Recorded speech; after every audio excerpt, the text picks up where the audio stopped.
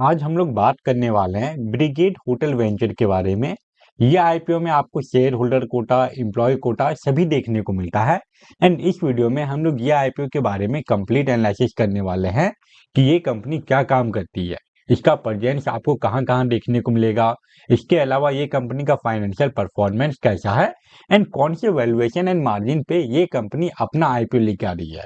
Overall इस video में आपको ब्रिगेड होटल वेंचर के बारे में कंप्लीट इंफॉर्मेशन मिल जाएगा, तो वीडियो को एंड तक जरूर देखिएगा। एंड अगर आप इस चैनल पे पहली बार आए हैं तो चैनल को भी सब्सक्राइब कर लीजिए। तो चलिए अब वीडियो कंटिन्यू करते हैं। बट वीडियो में आगे बढ़ने से पहले हम लोग ब्रिगेड होटल वेंचर का जो बेसिक डिटेल है वो देख लेते हैं। तो यह आईपीओ का जो टोटल इशू साइज है वो आपको लगभग 760 करोड़ के आसपास का देखने को मिलेगा, जिसमें कि कोई भी ऑफर फॉर सेल नहीं है, सारा सारा फ्रेश इशू है। वहीं बात करें यहाँ पे शेयर होल्डर कोटा के बारे में, तो उसका परसेंटेज हम लोगों को 40% का देखने को मिलता है एंड जो इम्प्लॉय कोटा है वो 10% का है। इसके अलावा रिटेल इन्वेस्टर लोगों के लिए यह आईपीओ में 10% का शेयर रिजर्व है। एंड अगर हम लोग ये तीनों परसेंटेज को मिला दें तो ओवरऑल यह आईपीओ का 60% जो शेयर है वो आपको shareholder quota, employee quota and retail investor वाले ही सेगमेंट में जाते हुए देखने को मिल जाएगा।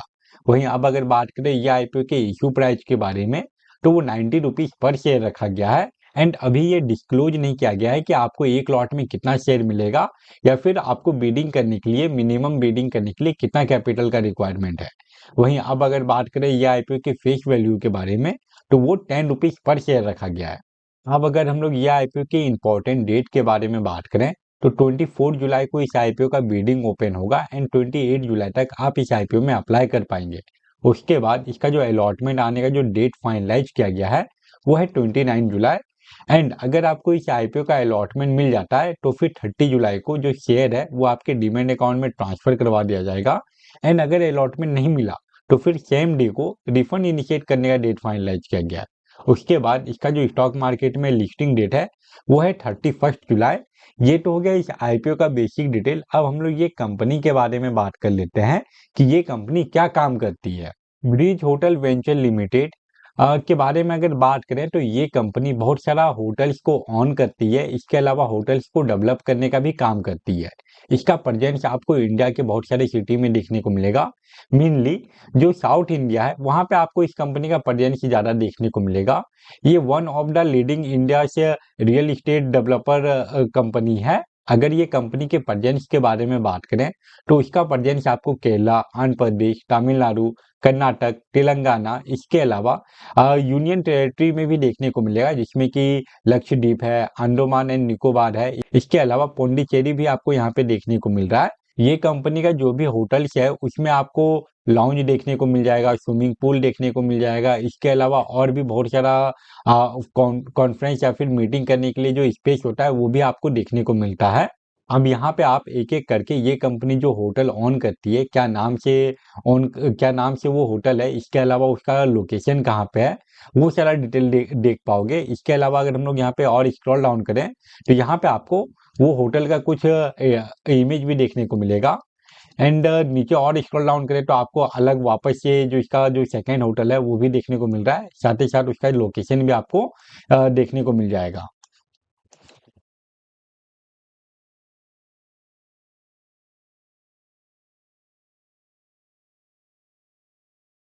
एंड ये सारे होटल का एक की हाईलाइट पॉइंट ये है कि ये सारा जो लोकेशन है वो आपको एयरपोर्ट के आसपास ही देखने को मिलेगा। एयरपोर्ट के आसपास ही ये कंपनी अपना होटल को प्लेस करती है ताकि जो गेस्ट हैं उनको आने में ज़्यादा दिक्कत ना हो।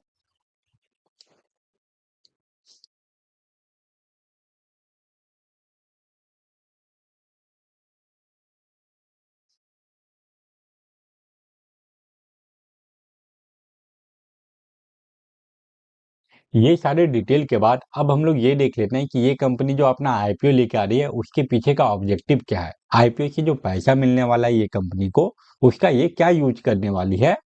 तो आईपीओ लाने के पीछे का अगर ऑब्जेक्टिव देखें ये कंपनी का, तो आईपीओ से जो पैसा मिलने वाला है उसमें से एक बड़ा हिस्सा ये कंपनी अपना लोन का रीपेमेंट एंड प्रीपेमेंट करने के लिए यूज करेगी।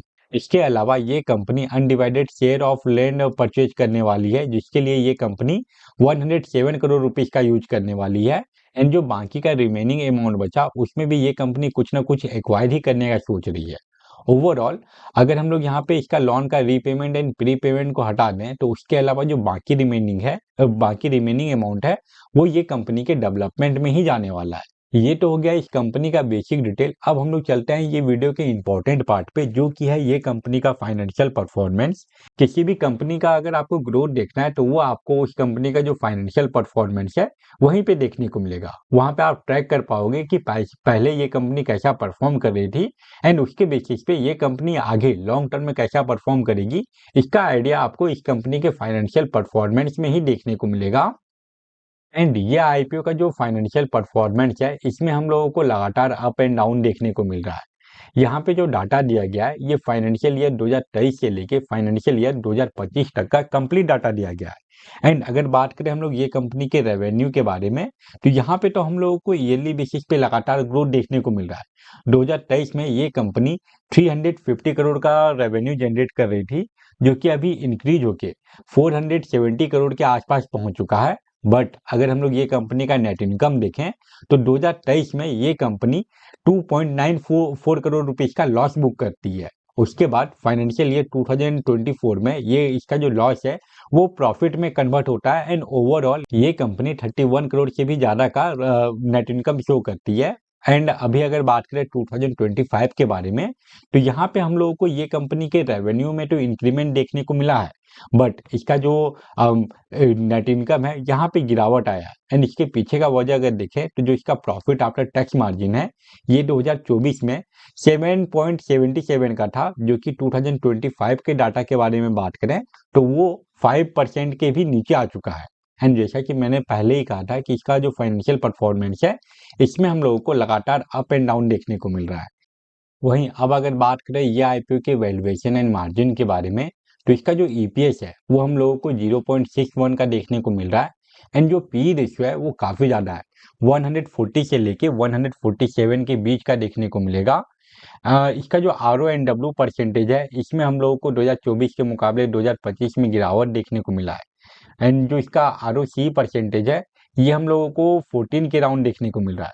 वहीं बात करें ये कंपनी के इब्दा परसेंटेज के बारे में तो वो 35 के आसपास का ही है, जो कि पिछले साल के इतना ही है। एंड लास्ट में अब अगर हम लोग ये कंपनी का डेट टू इक्विटी रेशियो देखें तो यहाँ पे एक पॉजिटिव साइन है कि ईयरली बेसिस पे लगातार इस कंपनी का डेट टू इक्विटी रेशियो कम हो रहा है। एंड आईपीओ से पैसा रेज करने के बाद ये कंपनी अपना लोन का रीपेमेंट एंड प्री पेमेंट करेगी तो उसके बाद आपको ये कंपनी के डेट टू इक्विटी रेशियो में और भी गिरावट देखने को मिलेगा। अब हम लोग ये आने वाले आईपीओ को इसके पेयर के साथ कंपेयर कर लेते हैं। तो अगर बाकी आईपीओ से कंपेयर करें तो ये आईपीओ का जो पी रेशियो है वो आपको सबसे ज़्यादा देखने को मिलेगा, जो ईपीएस है वो सबसे कम देखने को मिलेगा। इसका जो R O N W percentage है वो ज़्यादा है। R O N W percentage को छोड़ने के बाद जो बाकी जितना भी डाटा है उसमें आपको ये कंपनी अपने पेयर के मुकाबले उतना अच्छा परफॉर्म करते हुए देखने को नहीं मिल रहा। एंड अभी तक ये कंपनी का हम लोग जितना भी डाटा देखे वो सबको देखते हुए आप अगर चाहें तो लॉन्ग टर्म में ये आईपीओ को अवॉइड भी कर सकते हैं। लॉन्ग टर्म में अप्लाई करने के लिए ये आईपीओ मस्ट अप्लाई वाला आईपीओ नहीं है। आप अगर चाहें तो अप्लाई कर सकते हैं एंड अगर चाहें तो इग्नोर भी कर सकते हैं। वहीं अब अगर बात करें शॉर्ट टर्म के बारे में, मतलब कि वैसे इन्वेस्टर के बारे में जो कि आईपीओ में सिर्फ और सिर्फ लिस्टिंग गेन के लिए ही अप्लाई करते हैं, तो उनके लिए सबसे ज्यादा इंपॉर्टेंट हो जाता है किसी भी आईपीओ का जीएमपी। एंड फिलहाल इस आईपीओ का जीएमपी में कोई भी मोमेंटम नहीं है, इसका जीएमपी अभी 0 रुपीज का है। अगर इसके जीएमपी में सडनली कोई इंक्रीमेंट आता है या फिर ये आईपीओ के रिगार्डिंग कोई और मेजर न्यूज या फिर अपडेट आता है तभी मैं इसके ऊपर और एक अपडेटेड वीडियो बना के अपलोड कर दूंगा। तो वो सारे वीडियो को देखने के लिए आप चैनल को भी सब्सक्राइब कर लीजिए। एंड अगर आपको किसी और आईपीओ के बारे में जानकारी चाहिए जो कि अभी लाइव है या फिर जो अभी अपकमिंग आईपीओ है तो उसके ऊपर चैनल पे ऑलरेडी एक डिटेल वीडियो अपलोडेड होगा, आप अगर चाहें तो उसको भी चेकआउट कर